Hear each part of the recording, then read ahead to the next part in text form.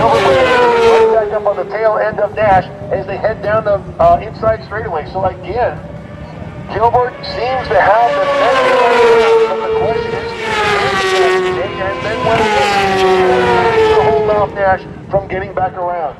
We're going to see